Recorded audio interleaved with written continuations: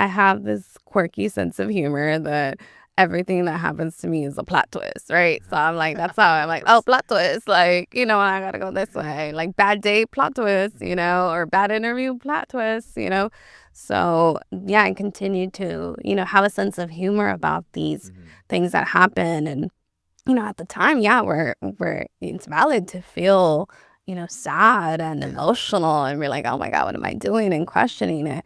But don't stay there, and create something out of that. Press the button to begin. You're listening to The Social Primate with your host, Eddie Aguirre. And today we have the one and only, the powerful Natalie Garcia. Natalie, thank you so much for making the time out here. Thank you. Thank you so much for having me. Hey, again, just to be transparent with the audience, I've been trying to schedule this for the last 6 months or so. I lagged it. No. But, I want to say that sometimes things just happen at the right time. That's why I tell myself to, live with myself for the most part. But nonetheless, thank you so much for making the time out of your busy schedule to come out here. For the audience who doesn't know you, you're a Chicana storyteller, a creative and writer. You have a whole lot of projects that you're working on. And, it's awesome to see because it just shows the resilience somebody has when they want to express themselves creatively, So tell us a little bit about yourself. Yeah, thank you. Thank you so much. And yes, I believe in alignment, and I think this was meant to be today, and Women's History Month too.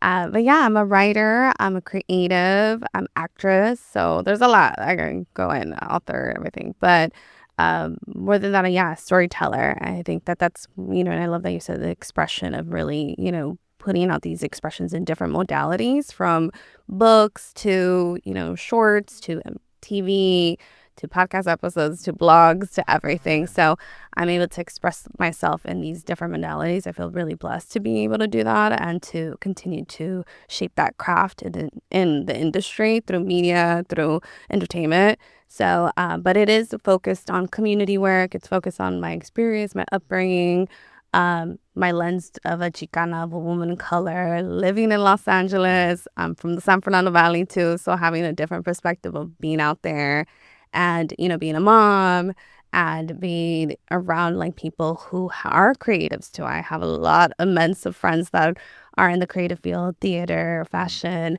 entertainment, music, and everything. So I observe, I connect with them, and I get so much inspiration from them too. So being able to tell those stories through poetry, through TV and writing has been really great.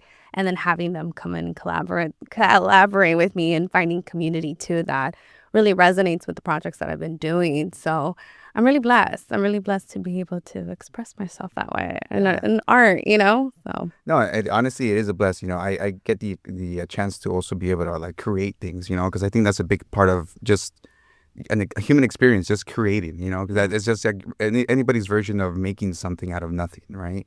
But before you got into all this, I'm sure there was a moment where you felt empowered to act on this emotion, this feeling, right? What did that look like for you early on? Yeah, I mean, I was just telling the story. I was as a child, I was shy. I know it's people are like, what? You were shy. I was really shy and really always, I was always told, be the good girl, obedient, cállate, te miras más bonita, vete para allá. But the way I would express myself is through art. I loved having crayons. I loved having a diary.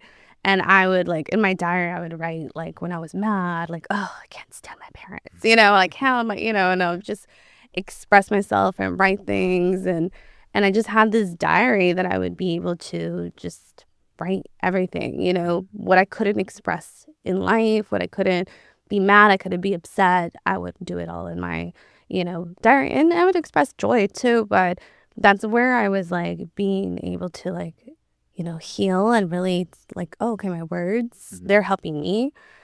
Never thought other people would read anything, that I would write. And that was never my vision that I was going to become a writer or anything. I love writing, but even growing up in La Cultura and being Mexican American and having immigrant parents, writing wasn't a career base. You have the traditions of doctor, lawyer, all of that.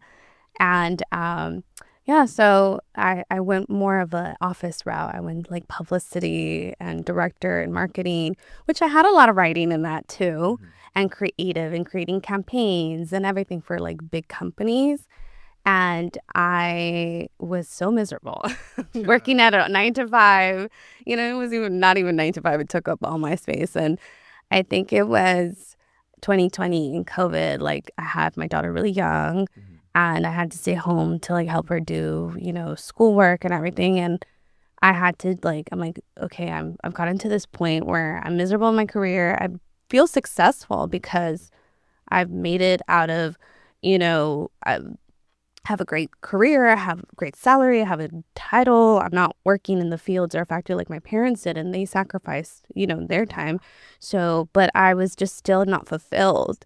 I didn't feel like my creativity was thriving. There was something missing. I wasn't expressing myself. I was just on autopilot.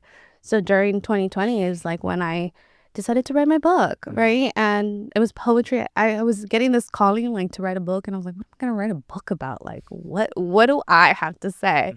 And it just turned out I had a lot to say. My book really came at a time where my grandma passed away. I was going through a breakup, and it poured out of me. And from there, that book really opened up an outlet of me being in the public eye, being more on social media, being out in public too, because I had to perform the poems. Yeah, you had to I had push to yourself. talk to people about my book and sell my book, right? Because I can't just like put it out there. I was with an independent publisher, so I had to do a lot of the grinding of like pushing out my book. And that, led me to other things, acting, hosting, and, writing this TV series that I'm working on, Brujitas and Chicana in the City. I developed a media platform too, where I bring in other correspondents from different cities to express themselves too. And we mentor and we build community and we highlight other businesses and entrepreneurs and artists that deserve a voice, to spotlight. And yeah, it's like all about building community through the expression of communication, of showcasing art, So I'm really blessed that I have that like turnaround. But yeah, it goes back to that little girl writing her diary. Hey, no, that's crazy, and I like what you said. Like at some point, you came to the realizations like, what do I have to say? And like, you feel sometimes like your stories are not worth telling, but until you really start putting it into words, into writing, physical, in a physical media, you start realizing like, wait a second, other people can relate to these stories once they come accessible to them, and then you start realizing, wait a second, we share more than we lack. And that, I think that changes things because it empowers you. And at the same time, you mentioned you were shy earlier, but you had to do all this stuff to get to where you are now.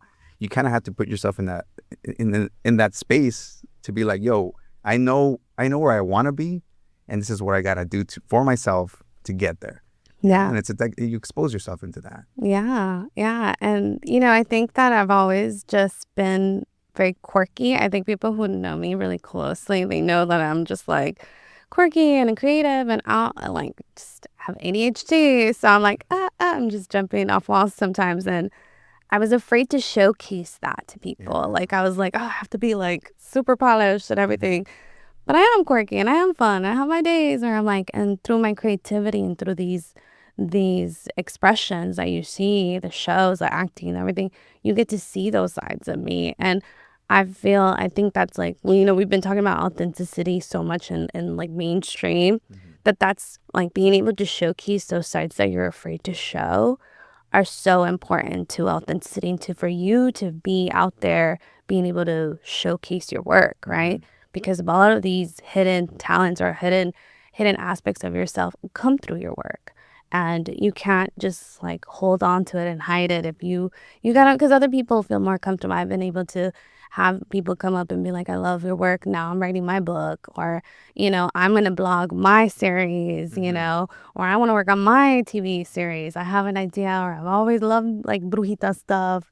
I'm exploring that, So I'm really excited to see other people get inspired and move out of their comfort zone, because it took me a minute to move out of my comfort zone. Yeah, and you know what it feels like to earn that. That's a great feeling, and I've been able to go through that process myself as well. Like believe it or not, as well, I used to be super shy. Like, I was an introvert. And even now, and I mentioned this on the show, if there's a room in here and there's 4 or 5 people in here, I will get nervous. One-on-one, I'm okay with. But, over the last couple of months, I've been able to, here at the BHAC, I've been able to step into a teaching artist role. So I've been teaching kids about podcasting and audio journalism. And it's becoming like a full circle thing for me because, I know what it felt like being there in their shoes. And now I'm trying to like showcase what I do. And at the same time, have them have the access to what they can create. And that starts kicking ideas up. Like, a few students will be like, oh, I want to come here and make music. I want to do this. And you start getting them involved into things that maybe they never had an idea that they were into. Yeah. And that's exactly what you're doing with the kind of work that you're creating. And not just that, but you're also giving other people opportunities to work alongside you in those projects. Yeah. So now, one of the ones that I recently saw and I just mentioned to you was the YouTube short, which is a concept episode for Brujitas, right? Yeah. Now, tell me a little bit about that. That was very interesting. So Brujitas is a TV series in the making. We're staying independent. Well, that's the goal, but it is an independent project. And, just like your TV series that you saw in the 90s with Charm, the Sabrina the Teenage Witch, and Practical Magic, we reimagined how Brujitas could be if they were Latinas and Chicanas and in the San Fernando Valley, right? And there's a specific story for that. But through these concept episodes, we built a world. We showcased the characters.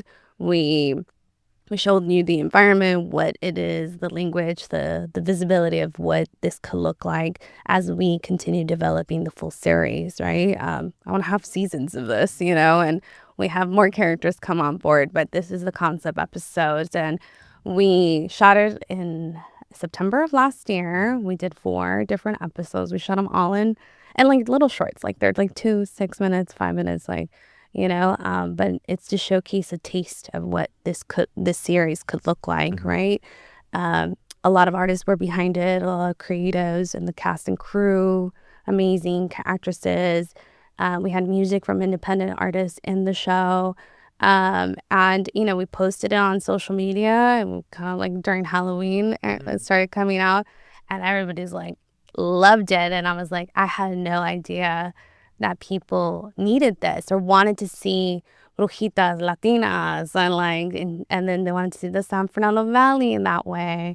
And, we're dressed up. There's a change in the stereotype of Chicanas, because we could be grungy, we could be dark, we could be gothic, we could be all of these, we could be dressed up and really bougie at the same time, and we could be magical and powerful and, lead like a world. And it's really women leading a spiritual evolution, so that's where the story kind of starts unfolding, and they're finding their power through, healing and sisterhood, breaking generational curses and all that too. So yeah, you'll see the clip, one little piece of the clip of one of the episodes, the beginning episode of Brujitas on YouTube. You'll see a couple other things on our social media, Brujitas_series. But it's been amazing. It's been like I've been taking my time, really kind of developing it, because again, I want to see seasons of it. Yeah. But in order for us to go there, we can't rush anything, Of course. and then also, building the momentum and showcasing other people who want to be involved in it, like other industry folks. So we have submitted to film festivals for to get those eyes on it. We have La Plaza, we have a Platicanos, the short screening of the YouTube series at the Plaza at the Museum de Cultura y Artes in downtown LA on April 9th. And I am just so excited because we get to see the cast and crew in front. They get to talk about their experiences. People get to meet them because it is people like us, right? We're working behind the scenes. Like sometimes we think, oh, we don't belong in these production places. We don't belong doing these things, or we don't have access to it. But we can create our own projects and we can build something amazing. And we can work together and uplift one another and uplift each other's projects, right? If somebody's making music, I'm like, hey, let me put it in this scene, Yeah. If somebody has an outfit, my friends came in and styled it and wardrobe, and one of them was a designer, and she had designs that she wanted to sell, and she almost just like, okay, I'll put it on the girls, you know. So it was definitely a collaborative project of a lot of artists. We had a Chicana or Mexicana director, she Daniela Podaca, and she is amazing, and she had a vision for it too, and she took my vision and she went for it, and I'm so excited to have like all women lead. We have an assistant director who was leading that too, Hannah Musavi, and you know, all the actresses from Clarissa Bree to Millie and you know, Peter. Everybody was like, we're jumping on this project, we're so excited, and it came together so beautifully.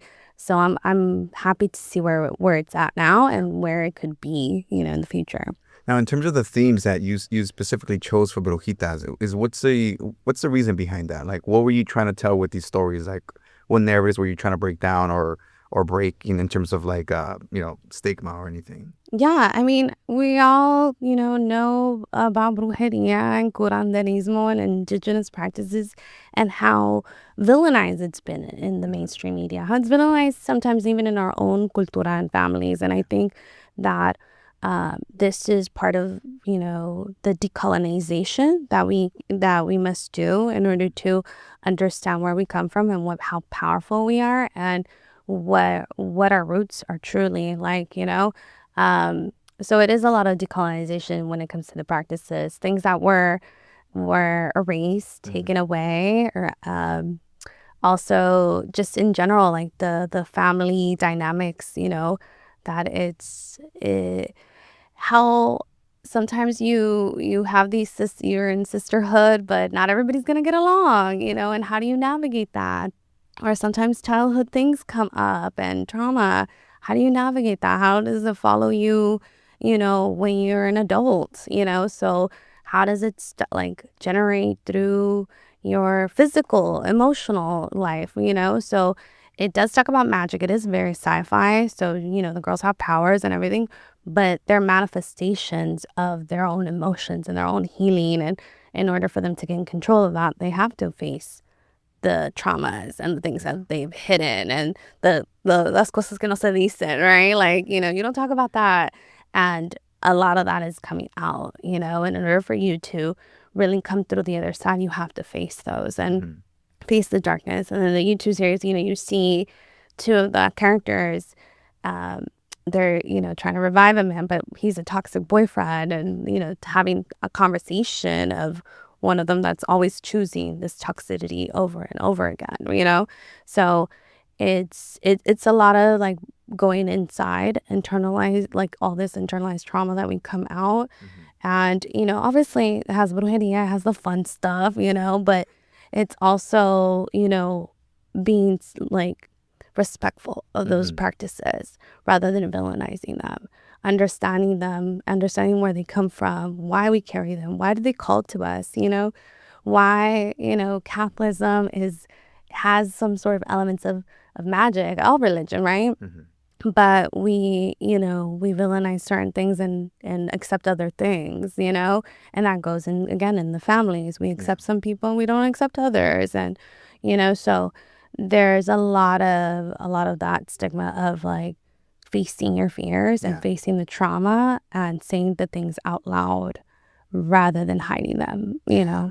And it's crazy how that, you know, more than half of the time holds it holds that liberation after you come face to face with it, you know. Like I've been able to go through moments in my life as well where I had to come face to face with something. I had to tear down those walls in order for me to feel everything about it, you know, whether it was sadness, anger, joy. You had to go through those emotions to finally feel that weight off your shoulders and really be like, oh damn, this is how I can continue navigating my world, you know.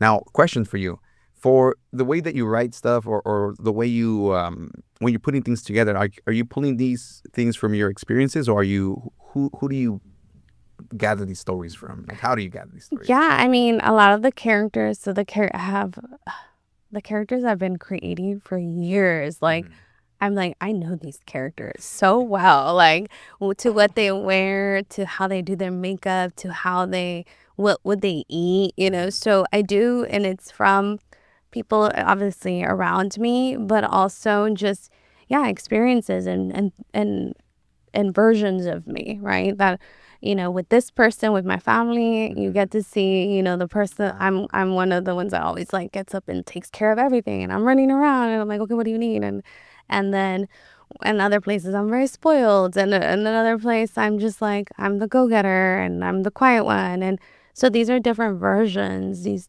characters are different versions of me, but the experiences that they go on, it's just different experiences that I've seen from other people. Historical context, we will definitely talk about historical context. They do time travel, so there is a lot of healing of like, going back into the generational wounds.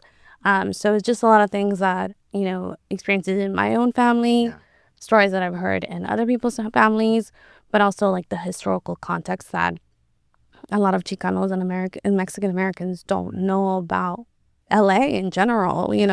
Like one of my favorite shows and books was Lovecraft Country, and they explore the Jim Crow era in that way. You get to see in through a sci-fi lens, right?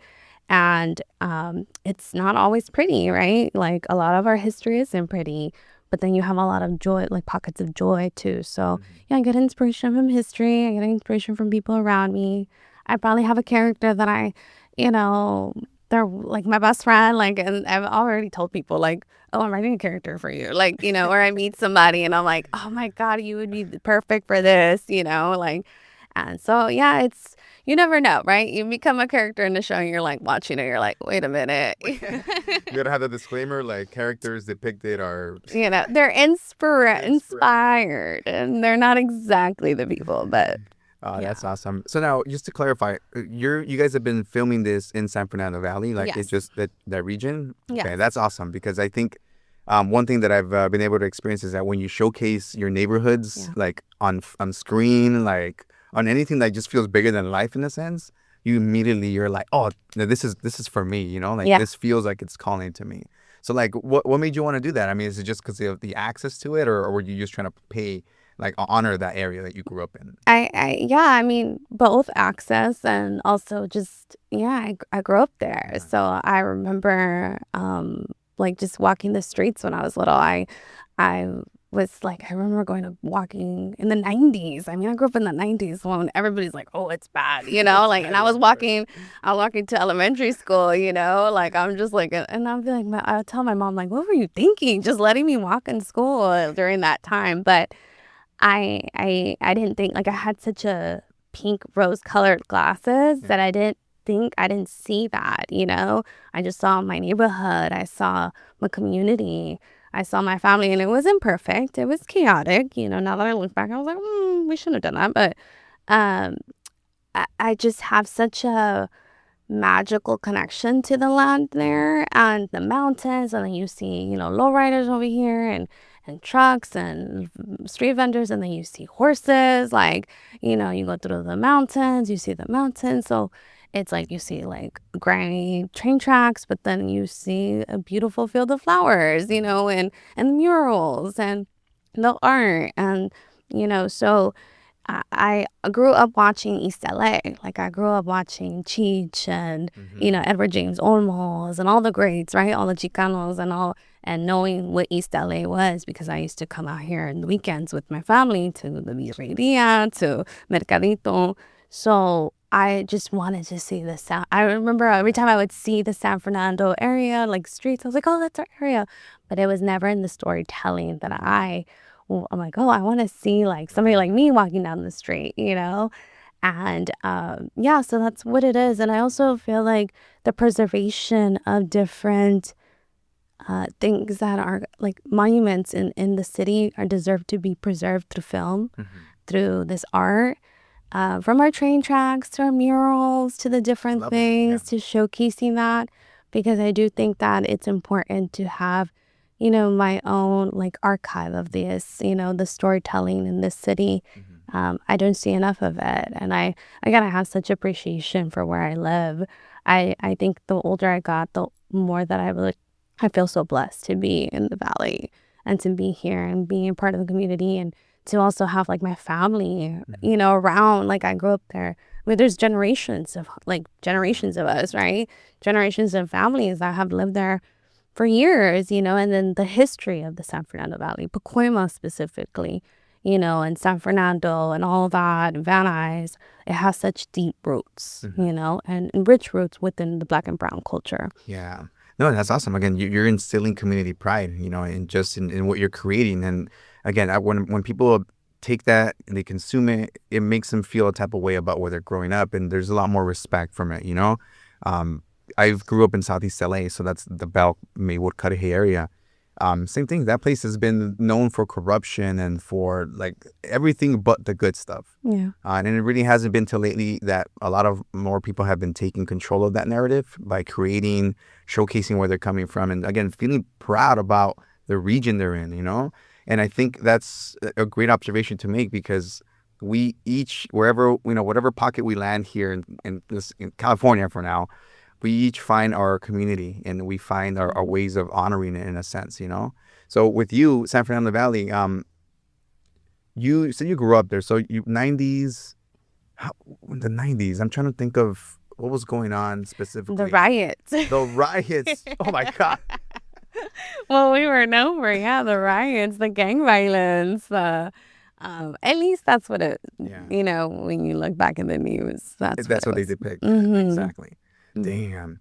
Yeah. So, I mean, moving forward right now. So right now you're working with, you're doing the Brujitas, but you're kind of in the city. That encompasses a whole variety of different things, right? Yeah. Well, tell me a little bit about that, how you got started with that work. What was the purpose initially? Yeah, for Chicana in the city, it was so funny because it was the same thing, like really honoring and paying homage to my town, to San Fernando Valley. Yeah. I really wanted to spotlight businesses, that's like the swap meet, like the tacos, or like all of those, like, you know, little things. My friends who have businesses and different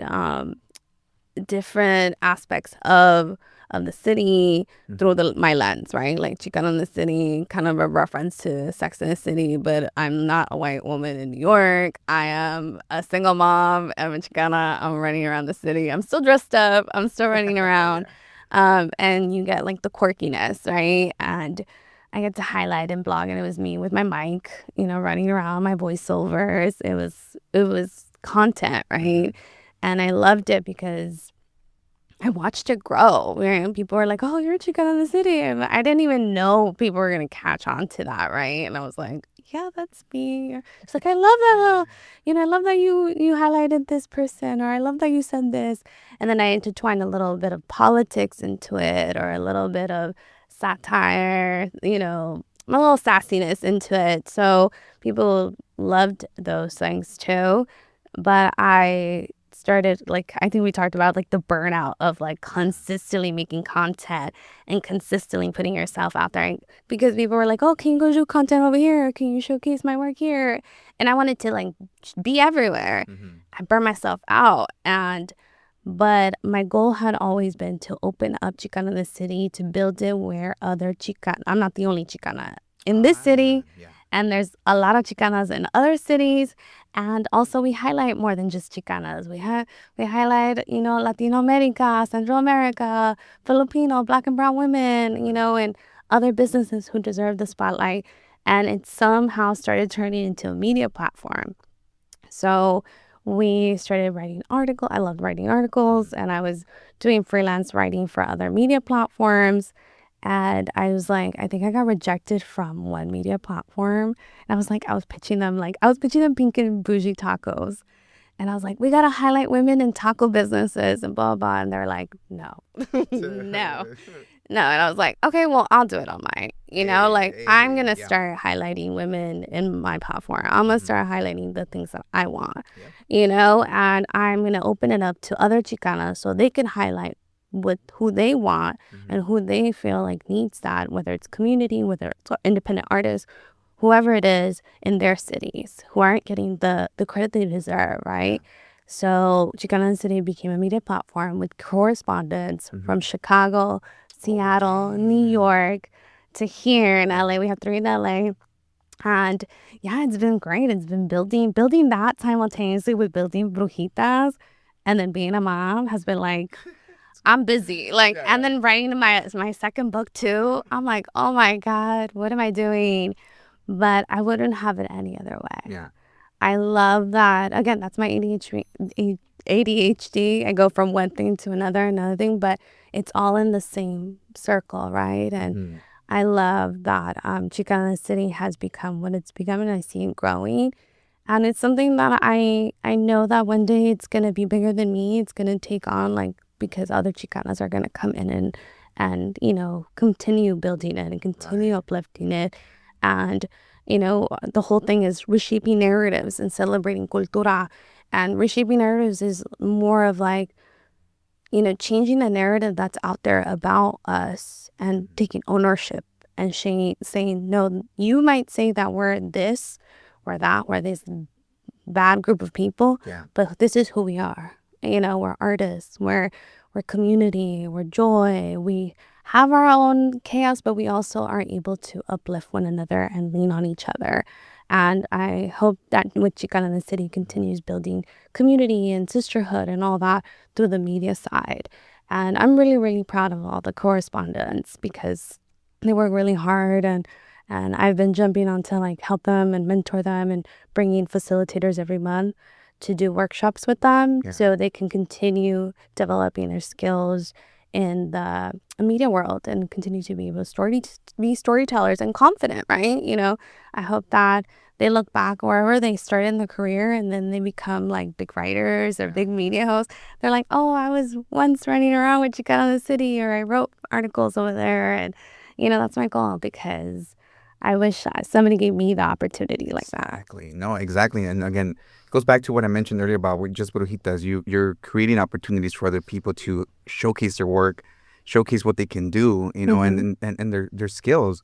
And one of the things right now that you mentioned was, again, like when you take a look at how somebody, you know, going into this in this field, right, and getting rejected, a lot of the times that can make or break you, to be honest. And I think a big part of it is that we're not used to hearing stories of failure and becoming successful afterwards, after using that energy, that I think it's sometimes a little easy for us to kind of like give up, right? Yeah. But I've been in that exact position where I've gotten rejected. I've had my nose, and sure, it bummed me out at some point, but it also told me, don't wait around for other people to give you opportunities. Make your own opportunities. That's how this podcast started. Like, nobody wanted to give me the chance to like show what I could do. Like, I'll create a platform where I can pick who I feel needs to have their voice heard, you know? Yeah. And then from there, it changes everybody's trajectory. Like, they feel validated. I feel validated because they're coming on my show, and we're just uplifting each other, right? Absolutely. So it's awesome that you've been able to create so many opportunities for people. And again, just how in your specific role, when you started all of this, you didn't have anybody to kind of really look towards for this. Yeah. You're that person now to somebody. And I think that it's just a show. It just shows the maturity. Yeah. I feel like it's an honorable way of growing up and realizing, like, hey, your responsibility now is to also take care of the people coming behind you. Yeah. You know? Yeah. But that's just me. No, yeah, absolutely. I mean, these are my legacies. I mean, aside from my own child, it's also, you know, these creative babies, you know, and I'm really happy that, I've taken those I've gotten rejected a lot. And, you know, and they also come as inspiration for writing. You know, it's really funny. I have this quirky sense of humor that everything that happens to me is a plot twist, right? So I'm like, that's how I'm like, oh, plot twist. Like, you know, I got to go this way. Like, bad date, plot twist, you know, or bad interview, plot twist, you know. So, yeah, I continue to, you know, have a sense of humor about these things that happen. And, you know, at the time, it's valid to feel, you know, sad and emotional and be like, oh my God, what am I doing? And questioning it.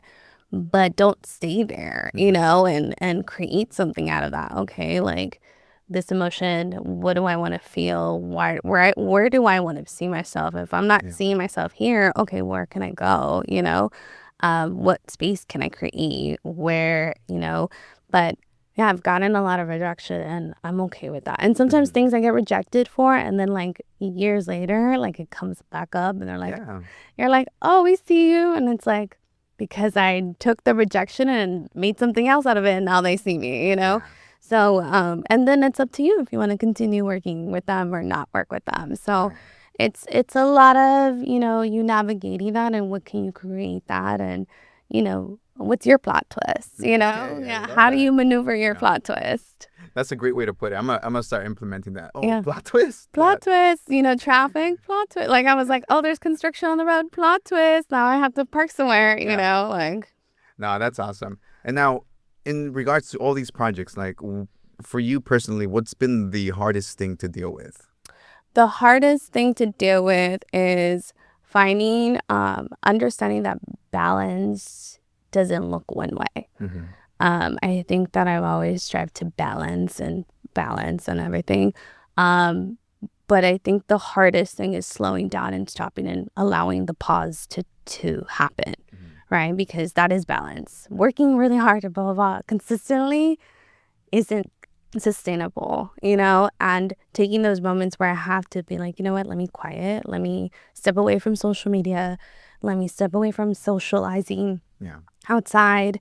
Let me just be with myself, you know, has been hard because I've been learning my seasons of being quiet and not apologizing for it.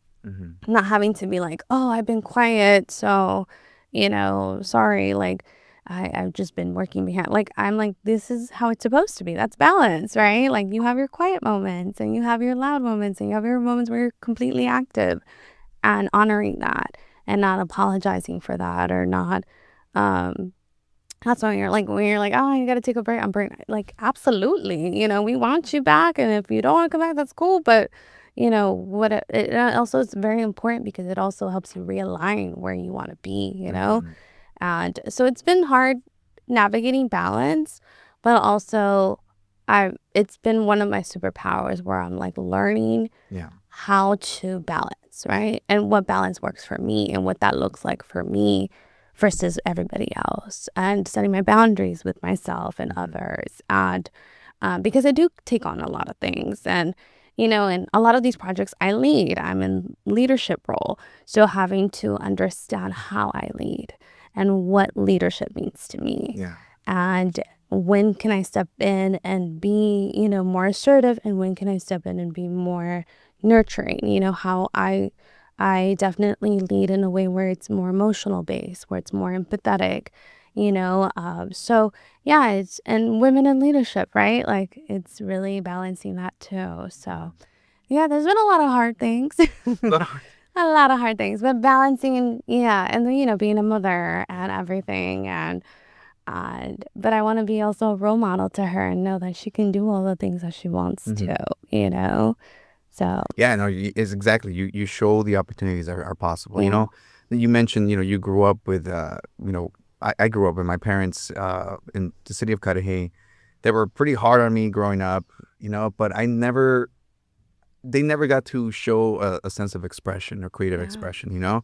They're always hustling, and like you said earlier, like, a creative path wasn't necessarily like sustainable in their eyes. You know, so for me to be doing something like this too, you know, similar to what you're doing and producing and creating, like, it's a means to show my son as well. I'm like, hey, dude, like, there's more than just labor and intensive work, you know, like, you can be a creator as well. Like, you can do whatever you want. Like, it doesn't have to be any of this, but you have the option, you know. And I think that in itself, I hope, serves as like guiding post, because I know we had that tension, we had that stress to look at them and be like, we want to do our thing too, but we want to help. I know in his case, there's some of that is removed because I'm not in the same position my parents were, but I still hope that ethic, that drive is still instilled in what he does, you know.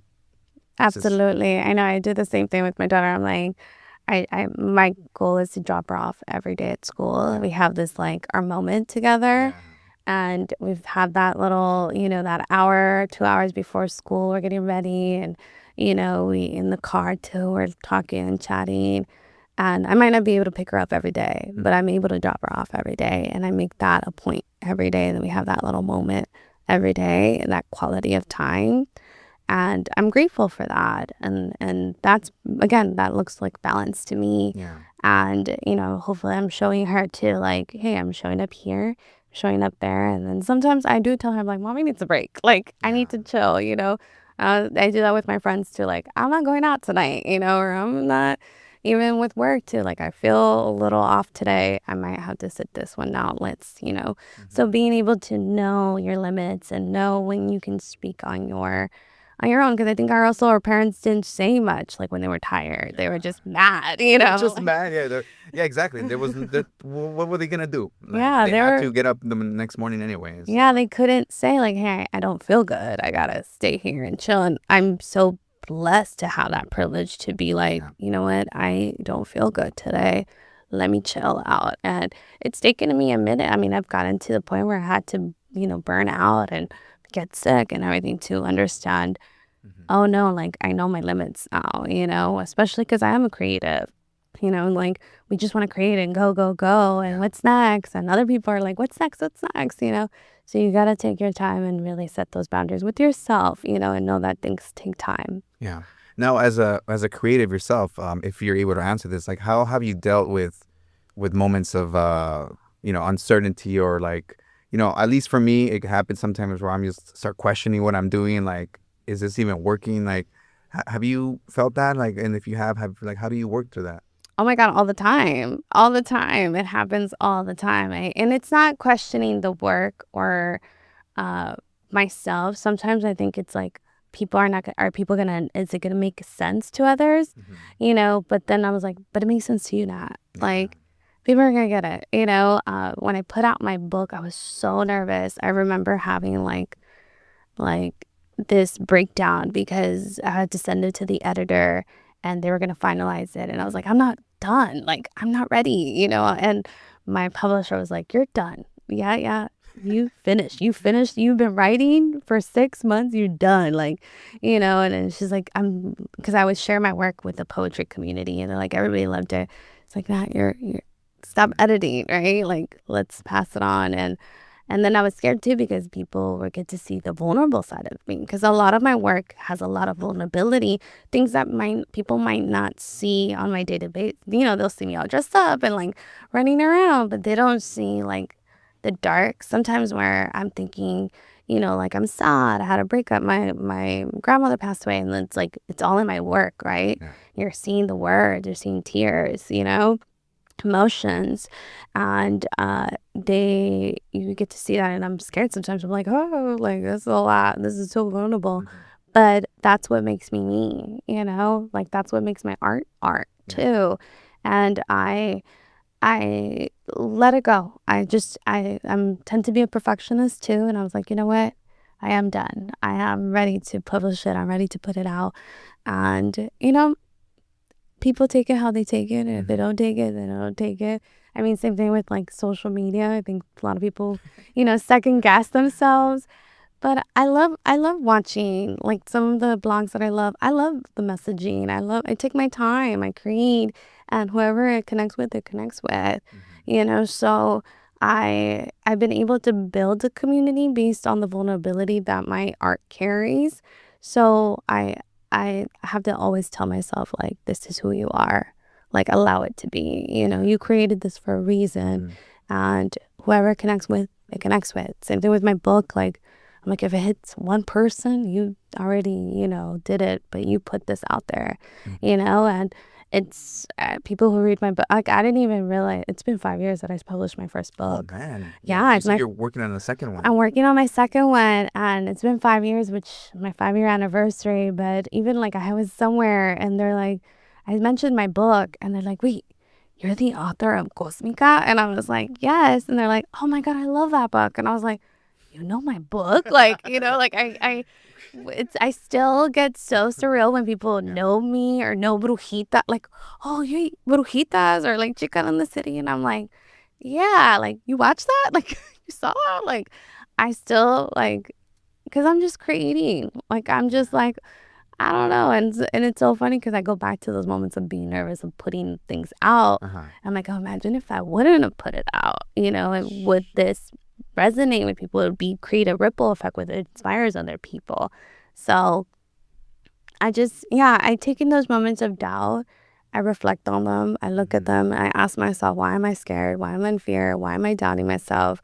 what do I need? And then I just do it. And I just jump do it. it. I just do it. Yeah. One thing I've learned too is like a lot of people like, oh, you're so confident. I'm like, yeah, I am, but I'm allowed to be embarrassed. Like I do embarrassing shit and I'm okay with that. Like I am quirky, I'm fun, and I do that at home, and I'll dance sporadically, and I love that about me. That's my confidence, is when I'm being silly and I'm being fun and all that too. Yeah. So I'm just, yeah, I allow myself to make mistakes, to fall, to get rejected, to, you just, it's life. Like, Yeah. I'm not going to show up perfect. I can't, like, this is who I am. And, and I also listen and I observe and all those things, I connect with people who are like, oh, I feel this way, that way. But confidence comes from, not being embarrassed and being embarrassed and then just be like, that's me. Like, okay, Yeah. like, I'm cringe. Like, my daughter's like, oh, cringe. And I was like, well, I am cringy, like, okay, let's be cringe. And, Yeah. I mean, two things. One, I like what you said about the rejections. Like you got to go through that. And like I mentioned earlier, I've had my share, but at some point, once you're like used to doing this and you're creating, it just they don't hold as much weight as they did. No. Because the one door shut, I know there's another opportunity that's gonna come up, but at least personally for me, again with the rejection stuff, it doesn't hurt anymore. Like it just feels like, okay, cool, let me move on to the next thing, let's go, and you keep creating. And then the second part that you brought up was this kind of understanding that you're feeling all these emotions that hesitation, but you're still doing it, And I try to tell that to my kid always, like, dude, anytime you feel nervous, anytime you feel those butterfly sensations in your stomach that you don't want to do something, take a deep breath and just jump. Yeah. Just do it, And if you don't do it, as you mentioned, you never create that ripple effect. You never know what effect you can cause on others if you never cast that stone. Yeah. And it's hard for kids too to step out of their comfort zone because they're like, oh, what are they going to say? They're my peers. They're going to judge me. And I think for me, it's like, I'm going to tell you a story. When I was doing poetry, I think the first time I ever did I always loved poetry, right? I always loved writing it. I loved Shel Silverstein. And we had an oral presentation in 6th grade. I was 11 years old and we had to present so I had to recite the poem. And I was paired up with one of the smart girl in my class, right? And they're like, oh, everybody around me is like, you're going to get an A because you're with the smart girl. And I was like, I'm smart too. So we ended up reciting the poem. She did her own poem and I did my own poem, but I ended up doing a funny poem and I walked out of the class and I made this entrance and I'm dancing and I had I was just I made this entrance and people are already laughing, right? As soon as I hear the laugh, I'm like, okay, after that, they're either they're laughing with me or they're laughing at me. They're laughing because I'm acting, right?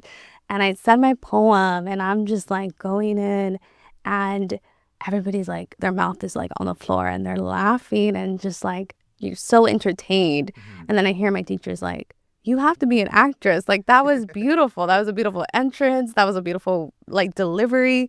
And I was so nervous. I was 11 years old. I was like, oh my God, what are these people going to say? But I was like, if I hit them with something like a curveball, make an entrance, make them off already, what are they going to say? They're going to be laughing, right? And I always remember that. And that little Natalie, 11-year-old Natalie, going up front of class, being so shy and nervous, still did that performance. And even now, I'll show up, I'll do theater. I love performing. I love being on stage and I love, having people just laugh and connect with the words, connect with the performances. And I'm nervous. I'm doubting myself, before that. But I go for it. I pull the trigger and I'm like, let's go, yeah. And it just, you're right. Gets better over time too. That gets better over time. I'm like, oh, I got this, I'm like, if I fall, plot twist, plot twist. Rejection, plot twist. And even now too with the rejections, I was like, oh, your movie's not going to be good. And yeah, I'm not in it. I get rejected too for roles. I was like, oh, it's because you just didn't see the vision. It's okay. You gotta hype yourself up, man. You're going to watch Brujitas or you're going to be like, oh man, we should have gotten her, I was like, ooh, you're going to watch me on stage. And so I get rejected all the time or for articles. And I'm like, your thing's not going to be as good as what you want it to be because I'm not in it now. It's okay. I got my own thing going on. And, or, another door opens, and usually one other door opens. And I feel so blessed that I'm able to see that now. I think, before I used to be like, oh, like, that's it, And now I'm like, no. And I've always been very persistent too. Like, I've always pushed myself to push through those rejections. Like, nobody's going to tell me that I can't be a publicist. Like, I remember being told, you're not going to be a publicist. You work in retail. I was working in retail, and I went to be a publicist and get out and work in an office setting. And I remember somebody in HR was like, no, you're never going to be a publicist. Damn. And I was like, watch me. And sure enough, made it into publicity, had a 10-year career working with big brands and with big clients. And I left that.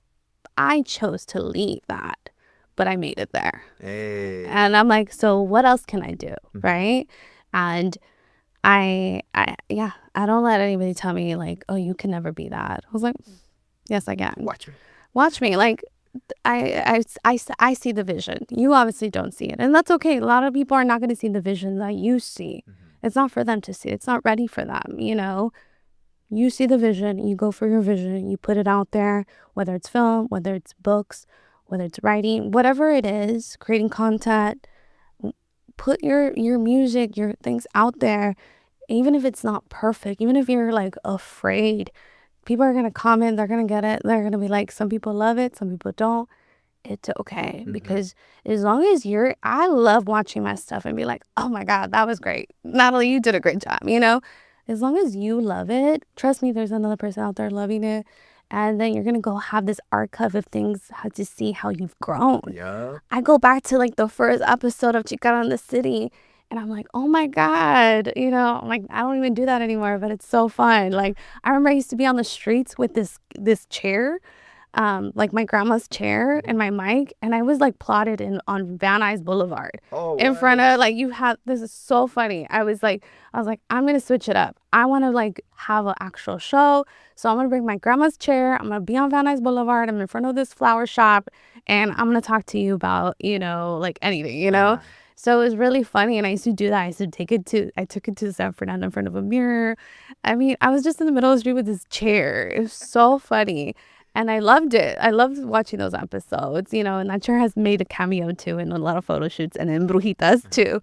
So, and even with Brujitas, like I'm seeing it, I'm like, I know the evolution. I see how it's going to be, People might have their own, like, I don't know if I like this or I don't like that.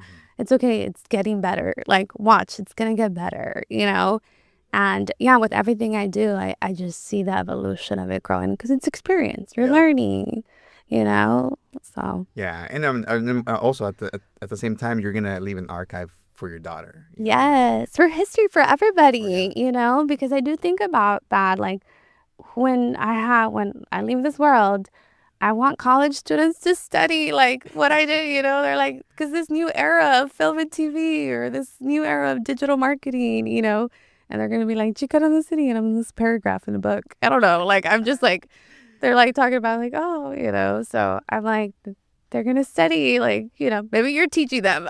I know, you're teaching them. I interviewed her. Yes, I interviewed. Yeah, she's an old lady now. She's drinking her cafecito, but I interviewed her, But yeah, like, that's what I leave behind because I do feel like I wish I would have seen all of these things that my grandmothers, my great-grandmothers would have done, but the time was different. They weren't able to do these things. Even my mother, like I look back to, my mother was still very much sheltered and very much living in a misogynistic culture where you have to get married. You have to, stay home with the kids. And if you have a job, it can't take up your life and you can't, having a career is too much. You need to be a wife, you need to be a mom.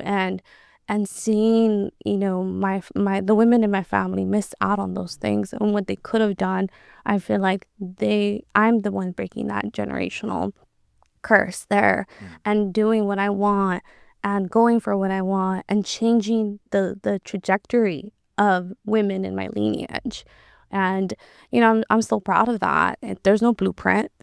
I don't have a blueprint. I'm not following a blueprint. I'm just going with my intuition and what it feels like.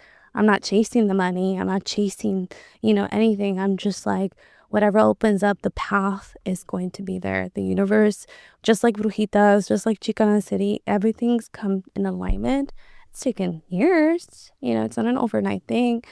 But I honor that. I honor the pauses. I honor the setbacks. I honor the detours, because everything has taught me and has given me like the experience that can't be bought, that can't be taught even, so I honor all those setbacks and all of those movements, and I continue to move forward even after all of those rejections and detours and doubts and everything. And I love it. I love it. Damn, Natalie, we're at that time. Thank you so much for telling me your story, learning about you, and just really, finding out what drives you. Because I think that's something that we can all take away from all of this. Just, we're all in these ruts sometimes. We're all in these positions. We have these things that are cast upon us, but there's a way out, and you're a perfect example of that. And honestly, I'm excited to see what you continue doing with Brujitas. I want to see the full series. Yes. I'm going to try to make it out to the Plaza event. Can you tell us a little bit about what you said, April 9th? April 9th, it's a Thursday. It's from 6 p.m. to 9 p.m. You can actually sign up at La Plaza, their bio. You can also go on Brujitas. We're going to have it in the link in bio, and you can sign up and RSVP there. But yeah, show up. It's a free event. You can come in and meet the cast and crew. You can see a little bit snippets of Brujitas. And yeah, we're going to have like just a fun community event, and get to see actually the beautiful museum that, is in collaboration with us. So I'm excited. And yes, if you want to watch clips of it, you can go on Brujitas_series. You can go to YouTube, TikTok, our IG, follow us, support us. If you're in the industry, you want to support us and like come on board and help us bring the full series to life, please hit me up. Like, I want to work with you too. If you're really passionate about seeing women of color, Latinas, Chicanas, our San Fernando Valley on the silver screen and really, showcasing, our real stories, definitely, would love to work with you. Hey, you guys heard it here. Please make sure to follow her, support, and do whatever you can to make sure we continue uplifting these kind of stories. Yes. Natalie, thank you so much. Thank Everybody you. else, we'll see you next week. You're listening to The Social Primate on KQBH LP, Los Angeles, California, 101.5 FM. We'll see you guys next week. Peace out.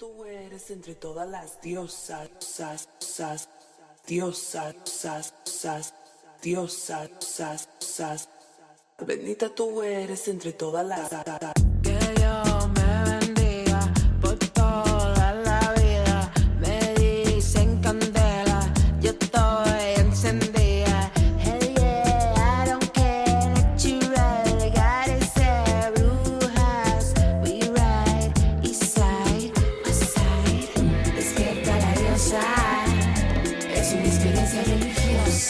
Reza con el alma dichosa, eres magia, eres cósmica, eres poderosa, bendita eres entre todas las diosas, eres poderosa, eres magia, eres cósmica.